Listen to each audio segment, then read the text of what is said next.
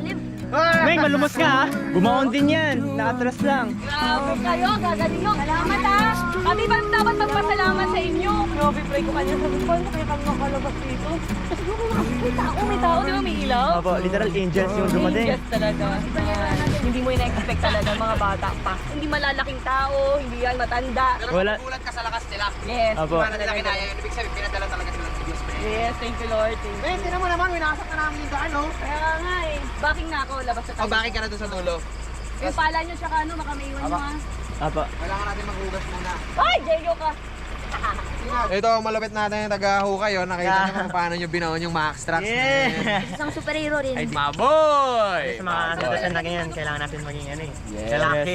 Yeah, boy. Ay, bakit? Di ka lalaki? Hindi. as in talagang Matipuno. matipuno mo. Oo, hindi yung basta lalaki ka lang. Dapat may Oo. kakayanan ka. Kasi ang lalaki, ibig niya sabihin doon sa lalaki, ang lalaki malakas. Ang Malakas. lalaki madiskarte. So yung point niya, sa mga ganyang sitwasyon, kailangan mo maging lalaki. Opo. Kapag hindi mo kaya maging lalaki sa ganyang sitwasyon, hindi ka lalaki. Di ba? May mga bagay na kahit hindi mo pa ganun kasaulado, kailangan mo matutunan ng mabilisan. Right, so...